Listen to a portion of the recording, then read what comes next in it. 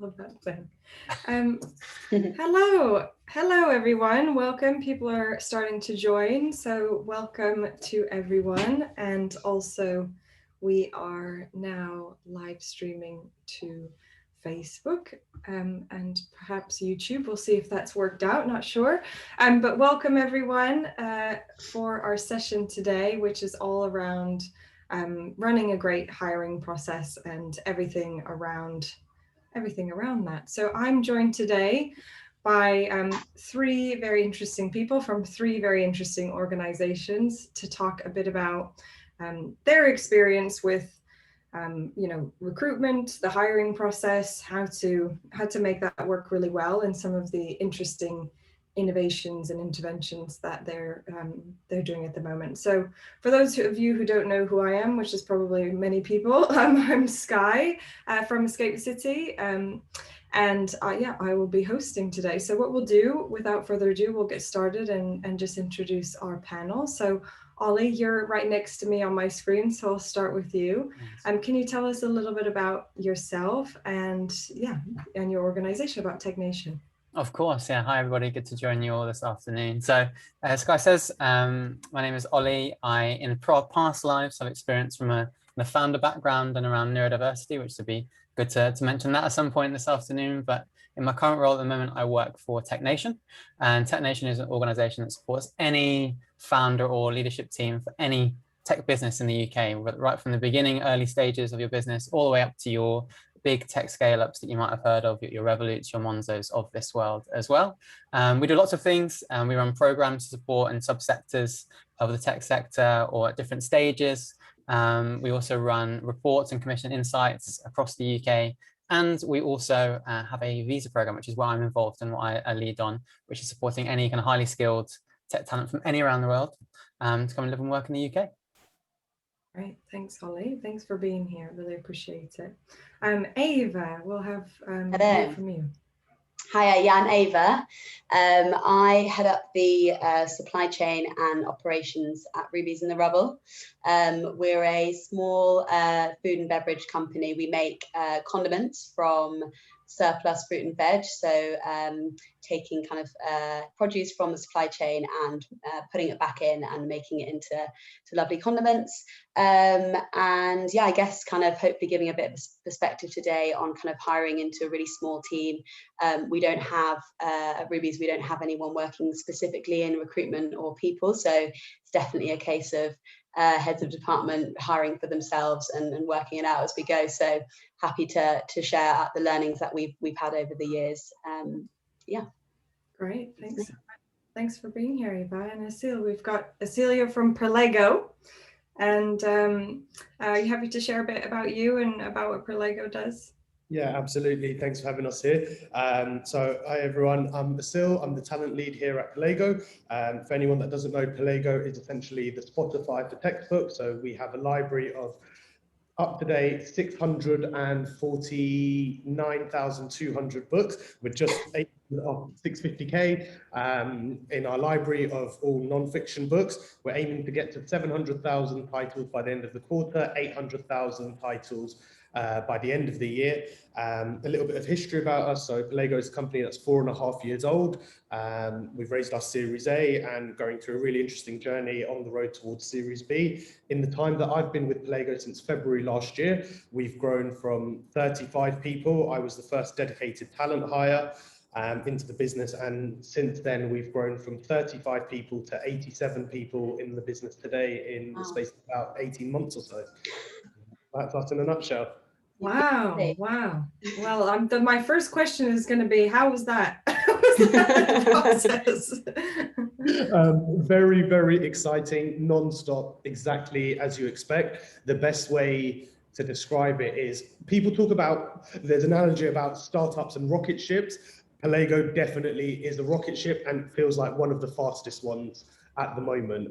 So it's just like, jump in and crack on. We're very lucky. A lot of our ethos is just to hire smart people and let them crack on. And that's what we've tried to do so far. But it's been an exciting journey, and not to frighten anyone anymore or frighten myself. with the reality of we're probably going to be doubling in headcount by the end of next year. So from Q4 until Q4 this year until the end of Q4 next year, our plan is to grow from just under 100 to about 200. So that's going to be an exciting challenge in itself. Yes, well, I would say so. Gosh, that's a lot. That's a lot. I've got so many questions about how you manage all of that, which I'm definitely going to ask you.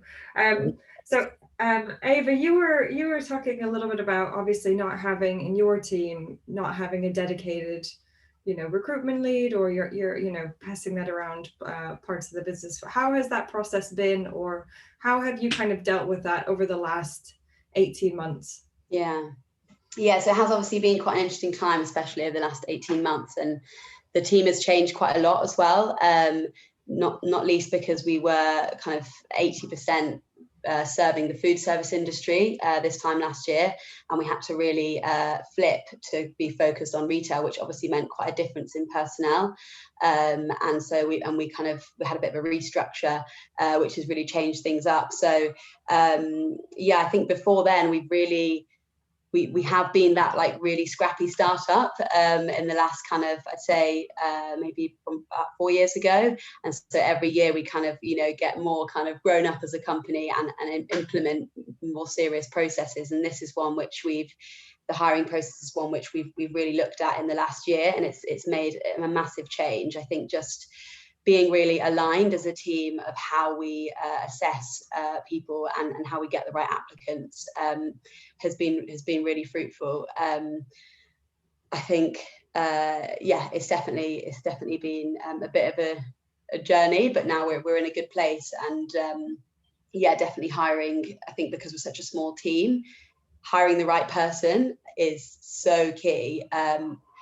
It's such an impact on the business if you hire someone who isn't right, and you just have to start again. And I don't think I said before, but we are only 10 people, and there have been times where I think we've probably not hired the right person, and it just means we have to go again in 6 months' time. So making sure we're all, no matter how stressed we are, we always go back to that process, and no matter how much we want to fill that role, we have to make sure we're ticking the right boxes to move forward with it, and we all just muck in every time, I suppose. So yeah.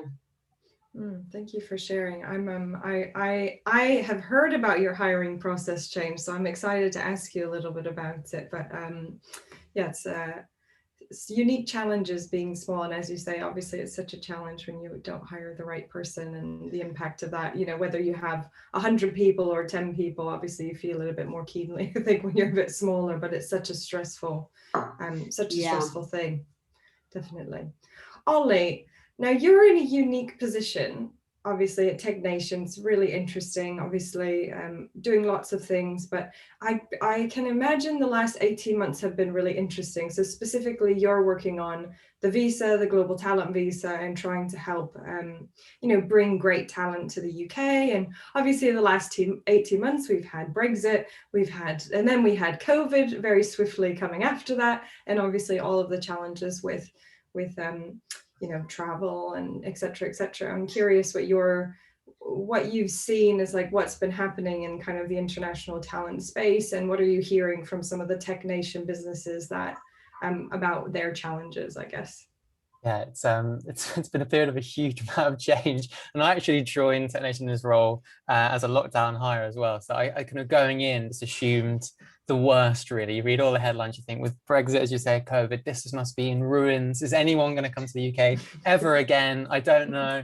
And it's been super interesting. So I suppose one of the nice things from where we're sat from a global talent visa perspective is that we've kind of bucked a bit of a trend where you'll see, particularly, I think this has been driven more from COVID, that not so much demand necessarily, but actually people's ability to actually move to the UK and move around in that migration across all the different kind of hubs that exist has gone down. I think it went down by about 30% in 2020.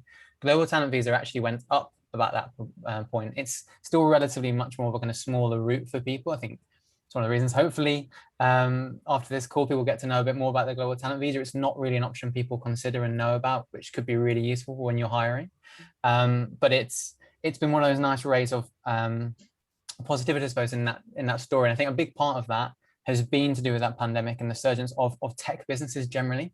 It's one of the few kind of really good points, I suppose, you can bring out of all the last 18 months is that our tech sector has just boomed. I think I saw a stat about last month. I think it's about 12 or 13% of all our jobs now in the UK are in the tech sector.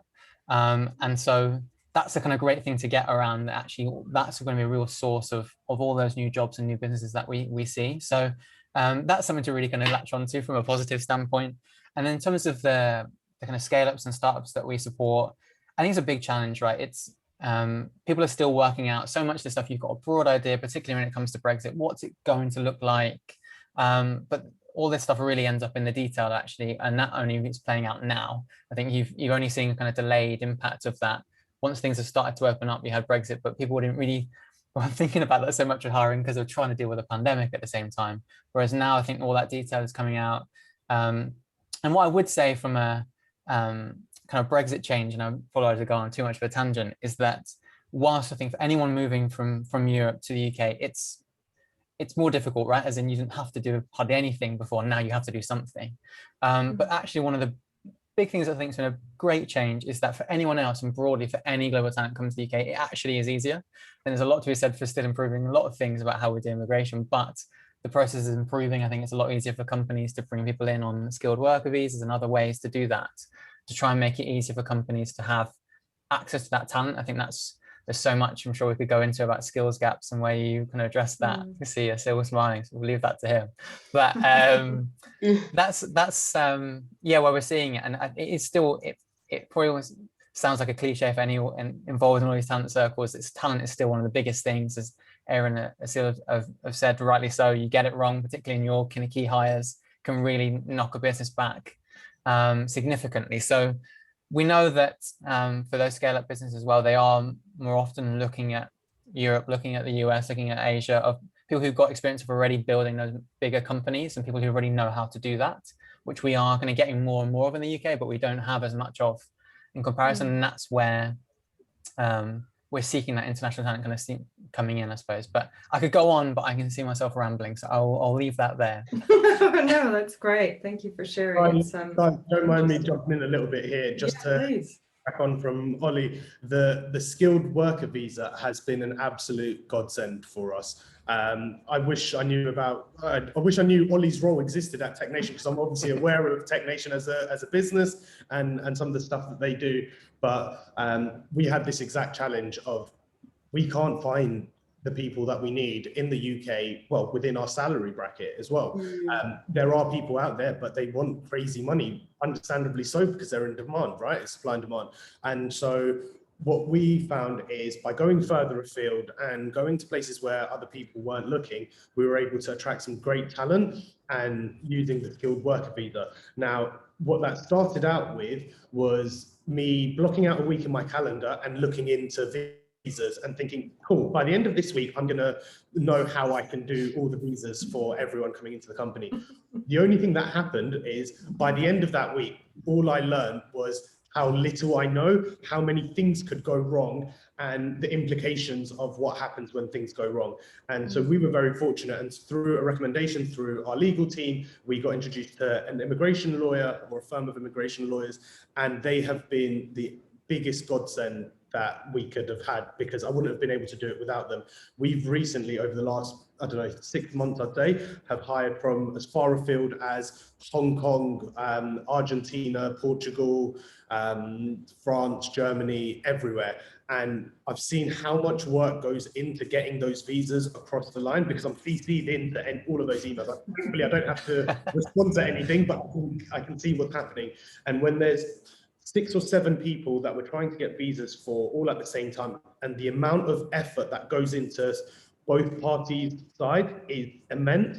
But when it does work, you end up with some amazing people. We've hired a senior Python engineer from Hong Kong, for example. Sam is a great example. We had him as a contractor because we wanted him to work for us immediately, knowing full well we're going through the visa process. Once that all got approved, he's going to come and join us as a full-time employee in the UK. That brought along so many challenges, but by having the support, and whoever that is, whether it's through a specialist immigration or someone like TechNation, it really does help, because there's only so many hours in the day, there's only so many things that you can do and so many things you can learn in a short space of time.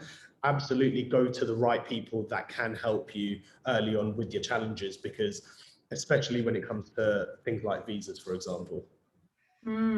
Yes, visas, the complicated life of the visa world. I know it very well, being American. I've been on the other side. I know what that's like.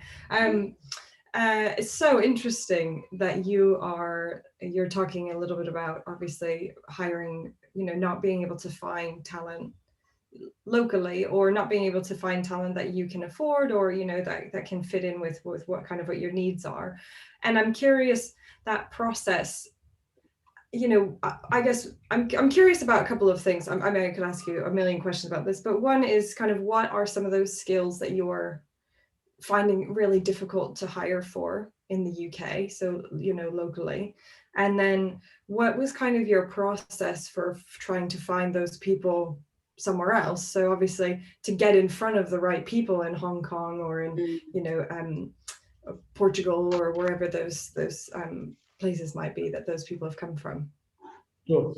So maybe I can take this a little bit. So the way, I think it comes with change, right? So throughout COVID, we realized that obviously we're all working remotely, and through that, we then realized we need to hire remotely. And so initially we were just UK based. And when the challenges came up of not being able to find the people that we needed, it's all about just presenting to your key stakeholders with all of the data that you have. So I thought, there was one random evening, I realized that we were, I had a gut feeling that we were missing out on some of the great candidates that we were offering, just because we weren't quite there where we needed to be in terms of salary wise to be competitive. And so I pulled together a report of about 20 or so candidates, thinking about the candidates that we've missed out on, and what their skills were, the candidates that we nearly lost, and the candidates that we were about to lose, and then presented that back to the key stakeholders within the business. I'm very lucky that at Pelego, everyone's super receptive to new ideas, as long as it's backed up by facts and figures. And so within 12 hours of finishing that report, and this was my bad because I'm a parent and I catch up because I spend lots of time during the working day doing school runs, etc., and make them up in the evening once the kids are in bed. So then ended up finishing this project at 1 a.m. in the morning, and then just sent it out to the team saying, hey, we'll pick this up at 9:30, but for any of you early risers, here, you can have a look at it. We ended up having that call at 9:30 in the morning. By 10 o'clock, it was agreed that it was the right decision. By 11 o'clock, I had the CEO message me, and he wasn't even in the meeting, saying, hey, Asil, I heard about this report, can you ping it over to me? 12 o'clock, he went into a meeting with our board, and by 1 o'clock, he'd confirmed, saying, so thanks for that. We're going to take all of this on board. Moving forwards, all the suggestions that you've made, we're going to be taking those into account, and then we can now sponsor visas, essentially. And so by doing that, and then advertising our roles as fully remote, we only ask people to come in 2 weeks of the year, essentially. So 1 week during Q1 and Q2 for a team week, and 1 week during Q3 and Q4 for a team week. But aside from that, everyone's allowed to work remotely, work from home, or come into the office if you want to. Luckily, we have a beautiful office, which is like Hogwarts, which I'm sitting in now. I'll give you a quick spin around for anyone who's interested. Where's that? So we are in Chancery Lane. So for anyone that hasn't seen our offices or seen any pictures, I describe it as Hogwarts goes on grand designs, and we brought out Kew Gardens gift shop as well. Talk about employer brand, that's amazing. Yeah, I love it. It was a lot of fun, but getting the senior leadership team to understand that actually these are the challenges that we're dealing with day to day. Unless we fix something, we're just going to continue to encounter these same problems. And so it's really about educating the team, because you have to remember this, they're not, for anyone that's hiring, they need to remember that everyone else in the business, this isn't their main focus. Everyone else has another job. Ava, I'm sure you know that everyone else is wearing 10 different hats, right? So then this is an extra thing for everyone to do. So make it as easy as possible for them. Work with your hiring managers, work with your key stakeholders within the business, and try and get some facts and figures out to them that they will understand. Just to wrap up, I recently read a report by KPMG that says we're basically in one of the hardest times since 1998, in the sense of the most amount of roles are available on the market, and they're growing at the fastest speed since 1998. This is most of our working lives. I know probably all of us at least. We've never encountered a situation like this. And that's also coupled with the lowest available workforce on the market as well, from a skills perspective. And so that's like a perfect storm from, it's a perfect storm for us in the tech space, where like there's a lot of competition for candidates, great candidates want to join the biggest companies. Sure, you need to be competitive, but also you've got the smallest talent pool there to potentially hire from. So how do you then go above and beyond and to make sure that the candidates are joining you? And that's where I think where the rest of this conversation will kind of explore that in a bit more detail. Yeah, definitely. I think it's a really interesting, I mean, it's a very interesting point. I mean, obviously lots of interesting points, but the idea from, you know, that you mentioned about KPMG, about the number of open roles versus the people to fill them, is really something that's quite interesting. Obviously, as running a job board, I have it's something that we're seeing, and I'm hearing from other, you know, you're seeing for like the first time ever, LinkedIn, Indeed, Monster, etc. All of these really big job boards are all advertising on television, and it's the first time they've ever done that. And there's a reason why they're doing that, and they're trying to get people, you know, candidates. It's really, really difficult for lots of reasons. But I'm curious about the emphasis on how to then attract the best people. If you don't have the biggest budget, if you don't have the biggest the most well-known brand, I think particularly smaller brands or newer brands find it very, very difficult to stand out amongst all of the noise of all of the other organizations. And I guess, Ava, for you, obviously you're small, you've got 10 people, you're a small brand, you've been going for a while, and you've got a great brand. But I'm curious what your experience is of what have you found to be the most effective ways of attracting really great people? Yeah, I think it is definitely hard. Our brand is fairly well known in a bubble, but realistically nationally it's not at all. And we have got that battle for us, and how we kind of get those roles out there. And obviously we use all the normal kind of platforms and recruit, and we work with the recruiters as well, obviously. I think the big thing for us, and I would encourage other brands to do so, is really shouting about our USP, which is all about our values and our mission. And particularly we found when hiring a lot last year, it was something that came up in so many interviews, that people were saying, they might have been laid off their job, because particularly if they're working in the food industry, and they just wanted to do something with a bit more purpose. And we had a lot of people actually coming for roles that didn't necessarily have the specific experience or even in that same industry, but they love what we do as a purpose. And so they wanted to join something where they felt they could have like a higher value to their job, just rather than kind of just being the day job. And so I think that's definitely something that we felt has attracted a wider pool of people who can kind of support the brand from a values perspective as well. So I would definitely encourage people to make a really big statement of that on job adverts, and make people aware that it's really important to us, that it's important to the whole team. I think that'll probably be my biggest learning from that point of view.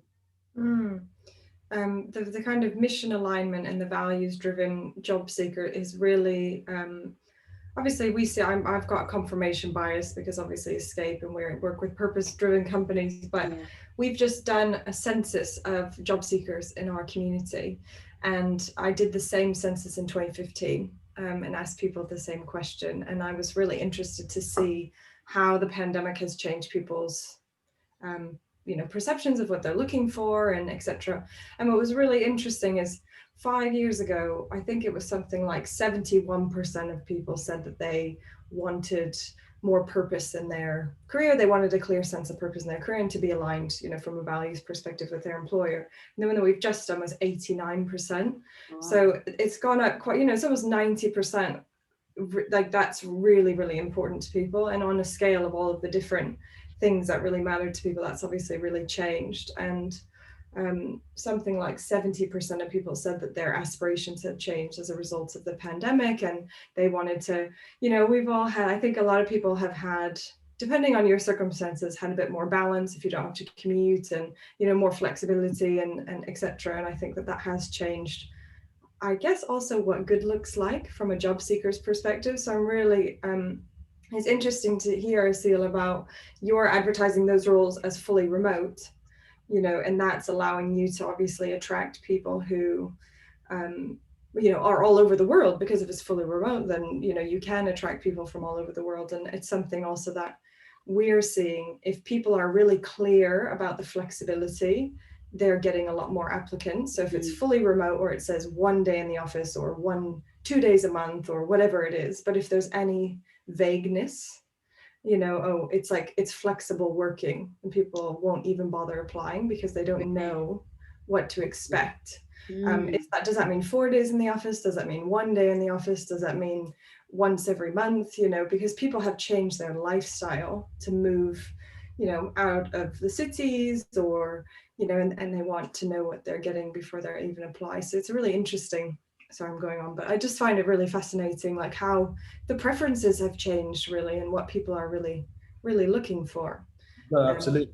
Just to jump in here. So we were very lucky in the sense of, and this is one of the main reasons why I picked Pelego as a company to work for initially, because we used to offer 1 day a week work from home if you lived inside the M25, 2 days a week if you lived outside the M25. And that was our approach to it when I joined the company. And then obviously COVID hit, and then we all had to work remotely. So the transition for us into fully remote was actually really seamless, because everyone was used to doing 1 day a week work from home anyway. Post-COVID, well, as in like to where we are today, I had a conversation with Gautier, who's our CEO, and he just asked me in passing, he's like, hey, what do we want to do? What do we think about bringing everyone back to the office? Because we have such great vibes here. It's so much fun, and you get a real buzz when you're in the office, right? When you've got great people to work around. And my response to that was, are we prepared to lose our top 20% of our workforce? Because the reality is the genie's out of the bottle now. Remote working is here. Everyone knows that they can get the job done working from home with the spare bedroom or wherever it is. So now, do we then want to roll that back, or actually do we want to emphasize that because everyone loved it, right? And then it's on us to create a compelling enough, I guess, narrative of what's happening in the office to make people want to come back. And nothing is going to make people want to come back to the office. Well, from my reading, and I don't know where I picked this up, but I read an article that really resonated with me that said the only thing that's going to bring people back to the office is FOMO.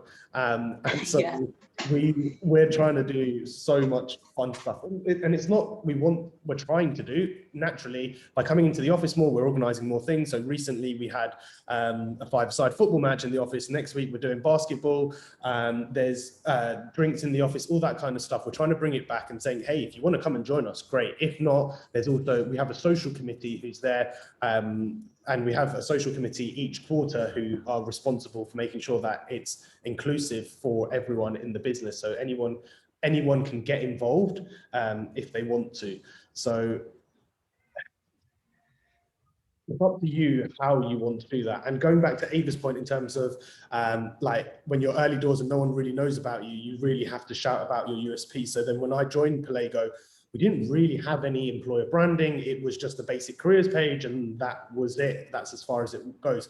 And so I was like, how am I going to scale, and how am I going to shout about our message and what we want to do and how great we are if from a standing start? And it really was to I got the opportunity to work with Kim, who's our design director, and Josh, who's one of our designers, to then create what our employer branding is. And we had to really build that up, and we started from scratch.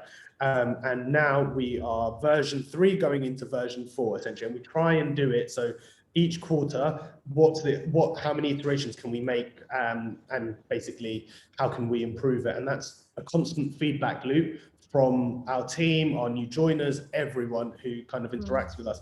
I ask every candidate who goes through the interview process, what could we have made better for you? What information do we have? And so we created things like our blog where we have a post by one of our engineers talking through what does a week in the life of a Pelago engineer look like. We then created guides in terms of what is your interview process going to entail? And it's all these little touch points that you're able to share with the candidate to get them really bought in so they understand your business, and you want to front load that information and make it as easily accessible as possible. So then people are then turning around and being like, by the time that they're having their initial phone call with me, they're like, I know this about you, I know this about you, I'm really excited, and they want to join you before you've even said anything, really. And if you can turn up with enough enthusiasm, then you can carry that all the way through. And for me, hiring is about just finding alignment. It's not about selling someone a dream of the best company to work for.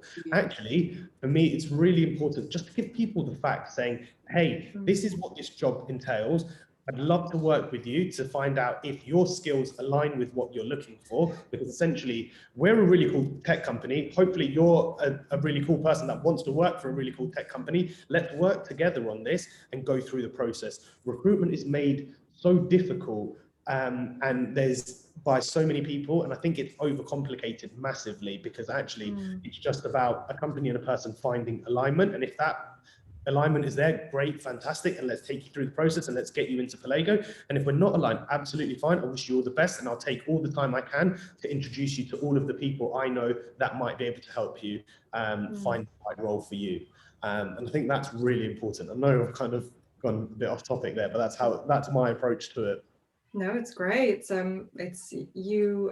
You're so strong. Pelago is so strong, and obviously the work that you're doing is so strong on that employer branding piece, which I think a lot of people do miss out on. You know, you think, oh, we've got a job and we pay people, and that should be enough for people to like want to come and join. And the reality is that it isn't. You know, you have to give people. You have to think of your employer brand as obviously just as important as your consumer facing brand, or you know, whatever the brand is that you're putting out there for whatever products or services that people are selling. That's such an important piece that I think a lot of people are missing. Ollie, I am curious about this. We've been talking a bit about attracting people, obviously from different backgrounds and different experience, and this is you've got obviously lots of experience in lots of areas. And with Tech Nation, obviously there's the global audience, and as we've said, the global talent visa is something that I think a lot of people don't actually know about. And you know, the skilled worker route is one route, and then you've got the global talent visa, which is actually people who are able to sponsor themselves effectively. And I'm just curious if you can tell us a little bit more about what you're seeing with those kind of people, like what kind of skills those people have, and then also how, what do you think that organizations who are finding it difficult to hire the right talent, what do you think that they can be doing to try to make sure that they're attracting a broad range of people to come and apply for their roles? Love that question.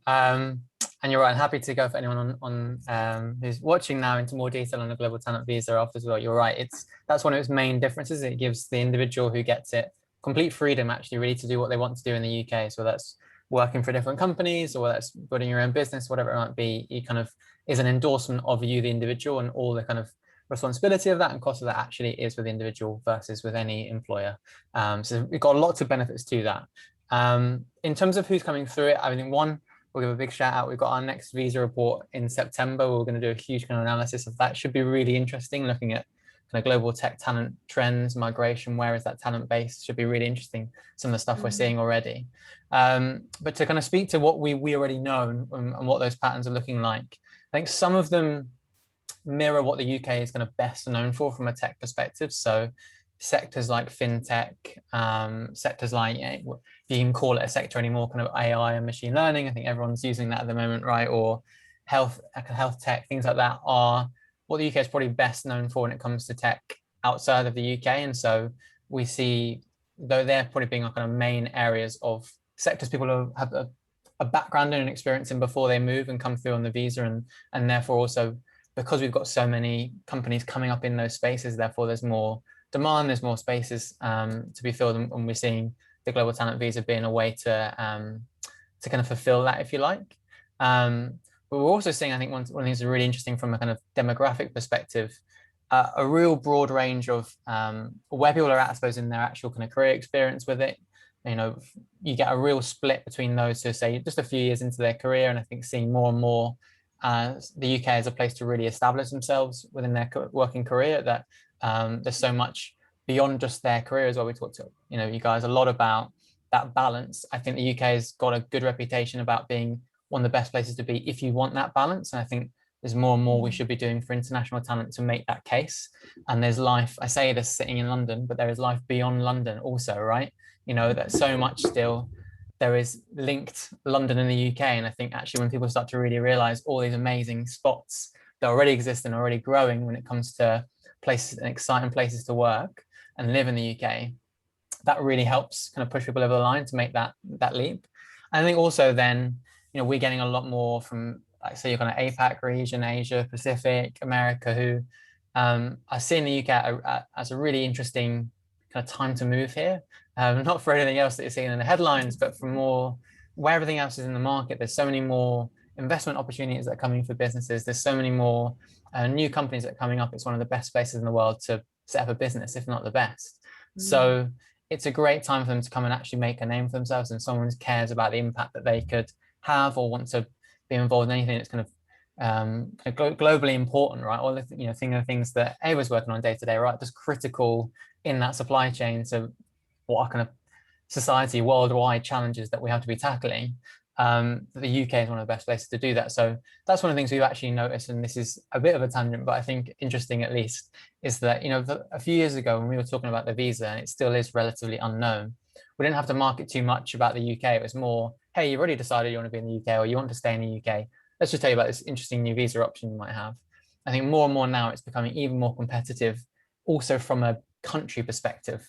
I'm sure that Seal has already faced this, right? But you're not just competing with other companies, you're also competing with Berlin, France, America, Canada, all these other great places that are getting more amazing things that are going out of there as well. So making the case for the UK first when it comes to international talent is a really important thing to be doing. I think a lot of companies just don't think that's even something to consider. And then about actually, what support is available from a relocation point. One of the best things that I have about my job, that Salomon Horn there, is that we have an alumni network. So basically anyone who gets the visa, I mean, we've got in the thousands now, there's an alumni network that support each other on both as much a personal way as they do professionally. All these amazing, highly skilled talent that really get what it's like to move country. So that's going to be a big benefit as well, I think, of people coming through the visa. I will say, to answer your second part of the question, Sky, if it's all right, is around how do you kind of reach these different talent pools and how do you get to them? I think that's one of the things as well, I would say, if you're particularly struggling with that, is widening your talent pool, I suppose. I think that's one of the biggest things that is, you mentioned those kind of much bigger job boards as well. I think hopefully everyone watching this is already on Escape Sky, but if they're not, I don't know what they're waiting for.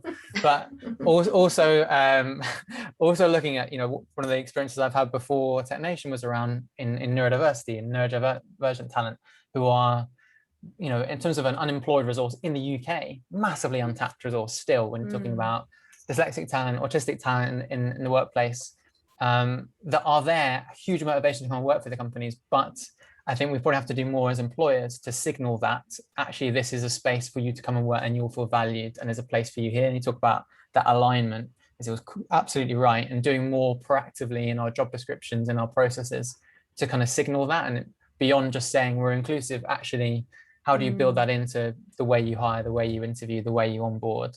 I think, anyone, neurodivergent talent absolutely is one big thing that if we're not already, we should be doing more UK based. I think of all the other different kind of underrepresented, parts of our country, at least thinking domestically, that we still can tap into from a hiring place. And I think when I was doing all this work with people in the neurodiversity community, the bar is low, right, in terms of showing, unfortunately low, of signaling your kind of intent to support neurodiverse talent, and even just putting it down as a statement in your job description beats off 90% of the talent you're kind of communicating with and pitching against, and saying, actually, we want people who think differently or wired differently, who are going to bring different perspectives. We want that proactively. And you might have different neurodiverse groups. You might have neurodiverse people already in your company. You probably do. And just kind of putting that, you know, see what I mentioned around the blogs or case studies, what life is like. Can you show the diversity you already have in your company to bring in more? I would say that's a big thing to look at. How do you find them? There are other job boards as well that have that specifically for very kind of particularly underrepresented or minority groups, which I always encourage employers to look at if you're not already. It's another great way of doing that. But yes, I could go on, but that would be my kind of starting point, I suppose, if you're looking at it. Those are great, really great, and really beautifully segues into the next kind of topic that I'd like to talk about, which is inclusive hiring. And obviously this is something that a lot of people are thinking about for lots of reasons. I think particularly the last year or 18 months, people have been, I feel like, and this could be confirmation bias or the kind of echo chamber, but at least in the communities that I'm a part of, people thinking a lot more about the diversity of their companies, how people are, you know, are they inclusive in the way that they are attracting people? Are they actually reaching out to people beyond just their immediate, you know, whoever is in their networks, and trying to expand that? And I know, Ava, I would love to hear a little bit from you about this, because I know this is part of the process that you've gone through in the last 18 months.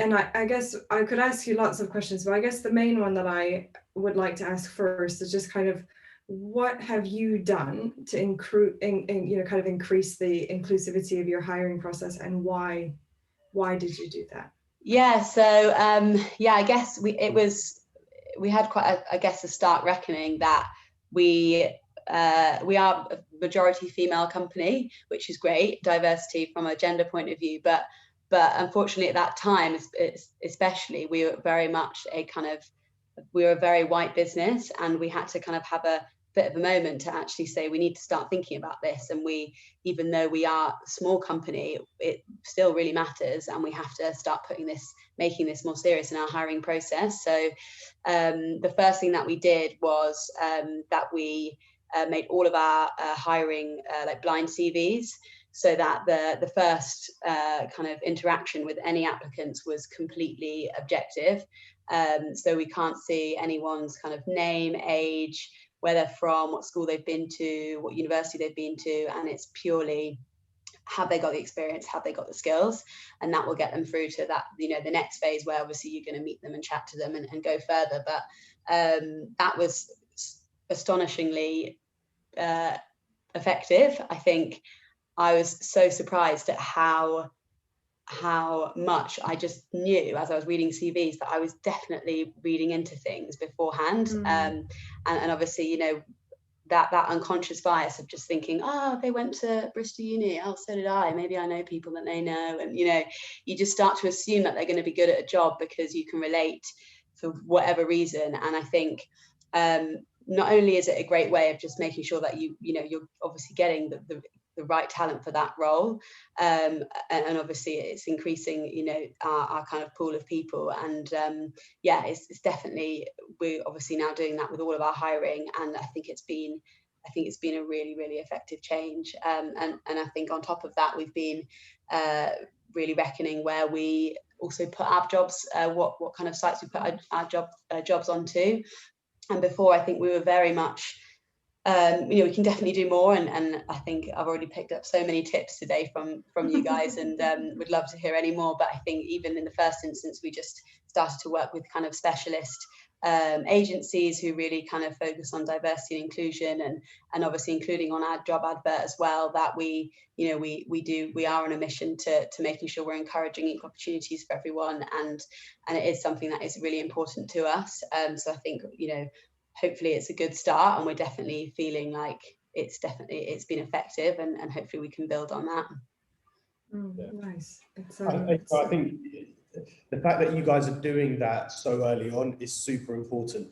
The earlier you look at diversity within your team and make it as part of your mission, that, okay, no, we're going to commit to this and we're going to have a diverse team, the easier it is for you as you grow. Diversity attracts diversity. When I speak to engineers, like our female engineers within the business. I was like, why did you come and join us, and why not every other company that's trying to hire you? It's like, well, actually, you've got a pretty cool team, and we've got amazing people in the business. I mean, if we look at, let's say, females within the business, we've got Ash, who's our VP of People and Ops, and so it's not just making up numbers and just trying to balance it. Actually, we've got senior people within the business that are I guess role models in a way. So we've got Ash, who's our VP of People and Ops, our VP of Product is Christina, our Design Director is Kim. You've got so many strong females within the business, and trying to highlight that it's super important. We've got Ellie as one of our engineering managers. She is great. She's one of the best hiring managers I've ever worked with. And so actually she naturally attracts other great female engineers, because they're like, well, Ellie's really cool. I want to go and be like her at Palego, essentially. And by having diversity at the forefront of all of our hiring has really helped us, because the more diversity of thought that you have, the stronger your products are going to be, the more inclusive your products are going to be. We have got, my whole approach to it is maybe not very scientific, but the way that I go about it is, I don't actively go out and think, I'm going to hire a female engineer, I'm going to hire a BAME engineer. It's very much, okay, let me go and source some female engineers, let me go source some BAME engineers. If I come across your straight white males within my search, no problem, include them as well. But this is who I'm looking for, to add them to our talent pool. Now, once we've got all of these diverse candidates in our talent pool, at that point, let's hire the best person for the job. But the problem for us in the UK is that, and globally as well, that there's not that much great diversity in tech. For when you think about computer science as a course, who typically goes into that, I think it's somewhere like 80% white males. And so naturally, off the back of that, 80% white males is going to make up your talent pool, unless you are mindful of it and unless you're actively thinking about what comes after this. But then if we can, from a talent pool and a starting perspective, if we can try and change that balance from there, we're always going to hire the right person for the job. If it's a straight white male, great, no worries. If it's a BAME female, again, great. But we've done the best that we can to make sure that the right people are in the talent pool, and that is a conscious decision. In my opinion, it's lazy when you're just thinking, oh, I just need to hire someone. Don't really need to think about it. That's a job in itself. Actually, I'm trying to bring the smartest, most diverse people to Palego, and that's my job. And then it's up to the rest of the hiring team to make sure that we hire the best person. It's not their job to think about all of this stuff. It's on me to make sure that the diversity is there, and then it's on them to hire the best person from that batch, essentially.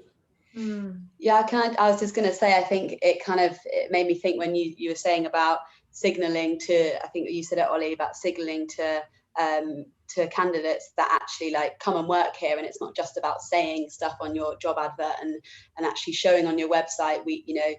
I suppose if you looked at the team on our website, we're probably going to attract a lot of kind of young white females, and it's some other people might not apply because they might think, oh well, I'm not a young white female, maybe I'm not right for that company, and like you say, you just cut off a whole pool of people. So I've definitely taken a note about that kind of signaling and making sure that you're making people realize in lots of other different ways actually everyone is welcome, and please apply for the role.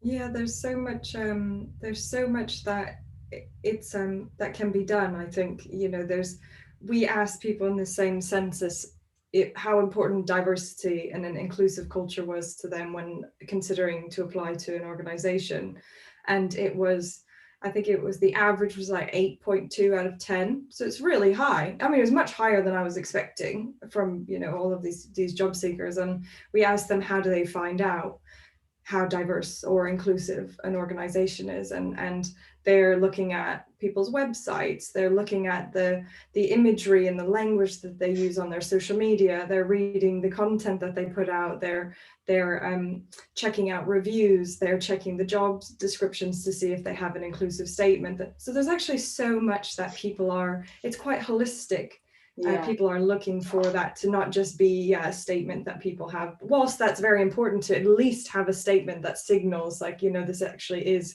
as a complete minimum.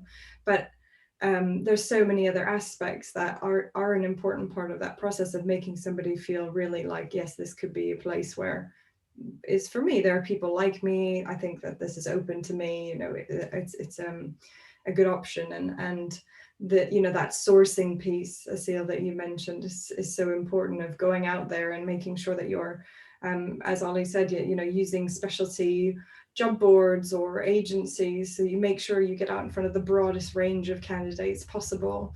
And that's like the first part. And then the second part is obviously the selection process, you know, making sure that that's really inclusive and that's really fair. And there's lots of tools to do this. I did an experiment just recently. We've just recently hired somebody, and it's the same role that I hired 7 months ago.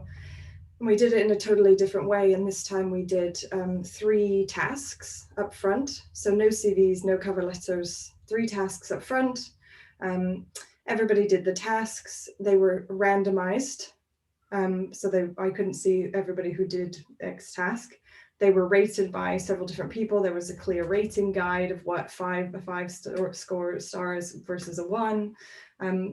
And then we had like a very structured interview. And anyway, I looked after we hired the successful candidate. I looked at people's CVs because we asked them to send them, but I only saw it after the end of the hiring somebody to see the people who made it to the final round. Would they have made it through if I had looked at the CVs? And there was definitely the majority I don't think would have made it through, based on the biases that come up, as you say, Ava, about, you know, when you're looking at CVs and we all have them, even if we try to combat them. And it's just a really interesting seeing all those little pieces of the process, trying to pull those together to make sure that you hire the best person, which is ultimately what it's all about, right? Is hiring, as we know, hiring the wrong person is a very expensive and painful process. So trying to get that, and the result is you have a better, more inclusive and diverse group, which is always a really, obviously really positive. I'm so conscious of time. I could be here for about 4 hours. I have so many questions I haven't asked you all yet. What am I going to do now? There's some questions that people have asked in the Q&A. So I'm just going to have a quick look at these and ask you guys these questions. Let's see, we've got somebody who's asked, what are the key skills gaps that are difficult to find and require hiring abroad? Is it just tech developers or other skills too? So I'm curious, I guess, Asil, if you'd be, since you've been looking for international talent, to hop in, and then Ollie, I'm sure you've got some thoughts on that too. So from my side, it is primarily engineering, but that's only because I'm looking at engineering. So I've got Ellie in my team. She is amazing, and she looks after commercial hiring whilst I focus on engineering. What we found typically, and Ollie, you might tell me I'm completely wrong, but with engineering, there is a huge shortfall in the UK of engineering talent. And so I'm finding it a lot more versus Ellie, who is looking at the commercial side of the business. There are going to be times where you're going to hire people in different countries or from different countries for different things. So an example would be Chiara, who we've hired from Germany, but she is a DACH region specialist for us. She's responsible for building out Plego in Germany and the rest of the DACH region. So, and that's very much a commercial role. We've got Remy, who looks after France. We've got Mariana, she looks after Latam. And so regional specific roles do come up as companies are expanding, but from our side, the majority of the hires that we've had to make internationally have been on the engineering side, just because we can't get quite the talent that we need within the UK. Hopefully that answers your question. Yeah, great. Thank you so much. Ollie. Yeah, and I would just very quickly, I would say that does definitely tally. There's, especially the engineering, data scientists, we get for sure a lot through. I think those that aren't in that tech space, to answer that part of the question, are more in that senior role. So those who are, I think, you know, Sil mentioned that people who might be generating kind of going into a new market, for example, or might have led on investment. I think particularly around that area of how to scale businesses, whatever stage you might be at, there's still a need and a gap for that. And sometimes it is better for companies are finding to go and get talent outside of the UK to help them to do that. But hopefully that's something that gap will close, I suppose, over the next few years. Nice. Thank you, Ollie. Thanks for sharing that. Right, I've got another question here. So from Sophie, this is for Ava particularly, which is, how do you manage blind recruitment within a small organization? It's something I want to implement, and this person's in a similar size organization to you, but I like to look at applications as they come in to assess general quality, but I'd also be leading the hiring process, which would mean I'd already have seen who the applications had come in from. So Ava, how do you manage that? So if we're working with recruiters, we ask them to make them anonymous, so kind of get them to do the work for us. So yeah, they'll send over kind of a coded CV with a code, and then obviously kind of blank everything out. And we do the same with our anyone kind of applying directly through LinkedIn or website. We ask in the job application if they can remove that information themselves. So that kind of real manual side is hopefully done by all the applicants. And then from an internal point of view, we do have to kind of help each other out and nominate per role someone to be kind of the recipient of all of the applicants, and to just create a kind of file and a coded system which they keep to themselves, so that when whoever is kind of assessing them at the beginning, they don't have to kind of see any names or anything, and they can just see it all on code. And then later you can obviously find out once you have to speak to people and let them know who's going through. And I think it helps almost to make them anonymous, because if you kind of combine that with creating that kind of point system for that first kind of cull of applicants, if you kind of create those kind of 5-6 things that are absolutely key to that role, and then you can kind of share the load with the whole team, because no one has to know the role inside out to do it. It's just, are we looking for X, Y, and Z? Do they have that? And then give them a point or half a point based on the experience they've showed. And then you can kind of say, okay, everyone who's got between 4 and 6 points out of 6 goes through. And that way you can actually get a lot of the team doing some of that work, and really, share the burden, I suppose. Nice. I'd just add really quickly on that, sorry, as it was literally, if you're really small as well, I've seen companies get their kind of board, or they've got a non-exec or someone else come in, and they could actually help out that they normally quite like to get involved at that respect, and they could be another one that could help, I would say. Yeah, and for any companies that are thinking about scaling on the hiring side of things, think about using an applicant tracking system or an ATS system, because a lot of the ATS systems nowadays have this feature built into it. We use Team Tailor, and they're great at that. So when the CVs would come in, they would automatically anonymize them for you and give them code names like Blue Unicorn, for example, Purple Fairy, whatever it was. You have absolutely no idea who this person was, but then you know how to refer to them. But there's a lot of applicant tracking systems now that do all of that for you and will make your life easier. Ava, I'll ping you over some examples later, don't worry. Cool, thank you. Definitely, I think the use of an ATS is really, I think a lot of people don't use them because a lot of them are very expensive. Yeah.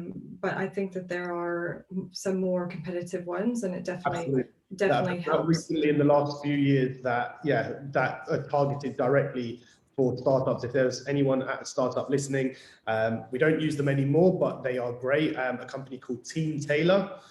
For anyone, highly recommend them. They are really easy to use and a great company.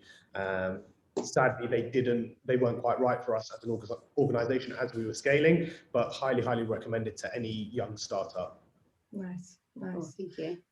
I can also do a plug for Escape that we are building an ATS. So you can use Escape's ATS, and also it's going to have an inclusive hiring option, which I'm building at the moment. So you can assess based on tasks rather than CVs and cover letters. So That's coming, everybody who's watching this. That's my plug of the day.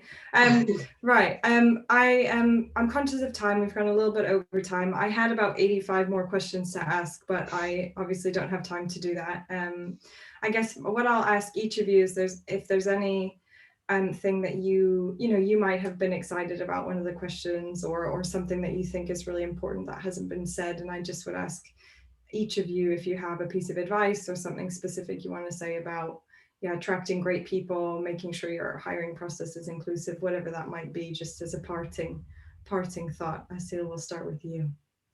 Oh, so this is tough for me because I'm massively biased when it comes to this, and I think it's really important that companies think about getting an internal talent person as quickly as possible. So whilst early doors you'll use agencies, etc., actually agencies are a very expensive way of doing recruitment. What in my opinion, it's better for a company to hire an internal person whose sole job is to do that. Hiring is hard. And someone who's got experience of maybe doing that before or running similar, doing a similar role, just try and get a dedicated internal recruitment person that can look after all this stuff, who will have the connections, who will know where to go and has done this before, because actually what that will do is free up everyone else's time. So if everyone's spending 10% of their time on recruitment, actually they get to be 10% better at their jobs and let the recruitment person deal with the recruitment for you. And so they can use great platforms and they'll know where to go and what to do. And you'll find things are actually done a little bit quicker as well because they've got all that experience with them. So yeah, that's it for me. Thanks. Yeah, that's actually interesting because it's the kind of, you kind of think it's probably the last thing that you would spend a salary on, because you think, well, it happens maybe if you're not scaling like once, twice, 3 times a year. But actually, when you think about it, it does that those fees really do rack up, don't they? And when you take into consideration everyone else's time, that could actually be a really key hire. Yeah, absolutely. Just quickly go back to Lego. Before I joined, it was all recruitment agencies, and then when I joined in February, they were like, "By the way, Asil, you've got no budget because we spent it all in January, so you need to do the rest of the year without that." But somehow we did manage to go from 35 people to 60 people with minimal budget. So because I knew how to go about and source candidates from previous experience, so highly recommended to get somebody in early doors. Nice. Yeah, it's great advice. Great advice.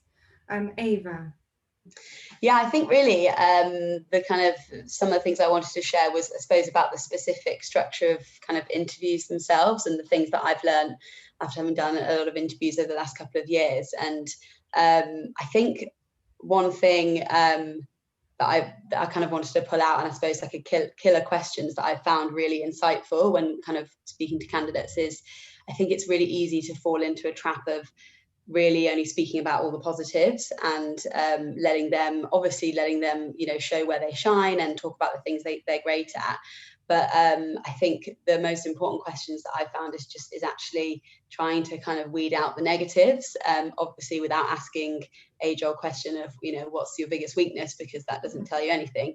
But one thing I found really, really useful is questions about kind of, what was the thing you liked the least at your job before, or what are you really good at but you don't like doing? And I think what I found is people don't really expect that kind of question, and I think you can really get to the jugular of like what they're actually like and how they'll respond in that role. So yeah, I think for me it was just sharing some top tip about when you're actually in the interview phase, kind of questions I found really illuminating. Nice. I'm gonna follow up with you, and we can do a post about all of the questions that you'd suggest, because I think it is it's such a minefield. The interview process is so hard, and it is hard to. I think it's hard for a lot of people to feel confident that they're hiring the best person. How do you pick when you're not always sure? Some people have really great prepared answers, or some people perform really well in a certain circumstance, or don't perform well in interview, but actually they're a really great person. So that there's a real art to doing that well. Maybe we can do a follow-up on some advice around that, which would be great. Nice. Thank you so much. Ollie. Well, I had something else, but just on the interview one, from an inclusive perspective, I mean, there's a whole thing around, particularly when I was supporting autistic talent, that I think that whole preparation on knowing the questions beforehand, you know, the level of anxiety of anybody, I think particularly heightened if you're autistic, is even greater. And if you anything to level the playing field, to not just only for those who are neurodivergent or disabled, actually having, if you can't, you don't want to over rehearsed answering a question, at least giving the themes of what your interview is going to be about. You know, I don't think you're giving anyone a great advantage, but you're leveling a player field and allowing people to have a better opportunity to kind of position themselves and show their best self in an interview. So I would always recommend that. On that same front, if I can go on for one more bit, first it would be, particularly if you're a kind of startup, you're limited for time, and in job descriptions, so often they ended up being bolted together, or you take a bit from a previous job description, or you take a bit from there, and actually a lot of it doesn't necessarily truly reflect what you actually need to do in the role. And so it might be that, you know, you put right at the top serial communicator, or you've got all these bits of experience you might be looking for, which really actually, you know, isn't going to be what distinguishes them about being someone who would excel in the role. So I would encourage, if you can, to really do a kind of truthful audit, if you like, before you actually put the job description live, about what is it this role, if they do nothing else, to excel really is and looks like, and whether or not that job description reflects that, because I think often it actually doesn't. And I think as well, you know, to Asil's point before about alignment, do your benefits, do the people that you really want to be targeting, are they actually going to care about the benefits you talk about? You know, is it going to be that, are they really going to be fussed about drinks at a WeWork? Or actually, is there other things in your culture that they're going to want to know about? And looking at that. And my final point would also be on salary. I think startups fall into this quite foul. You think, well, you know what? They shouldn't care about salary at all. If they're bought into the mission, a mission only, they'll work for free. And I've seen some people also think this is really cool, but there's nothing on the salary, or it's so opaque. Just be reflective and say, actually, you know, this is maybe the minimum, or here's a range or something. I think so many businesses lose out on great talent self-selecting out because of the salary. And so I think there's more and more good examples coming out about how companies communicate on that. I think there's a campaign, isn't there, like show the salary or something like that. I would really encourage companies to do that. I think it really broadens your talent pool too. Yeah, I absolutely agree that for any organizations that are watching, I can tell you from the data of the job seeker data is that jobs that don't show salary statistically get far fewer applications than ones that do.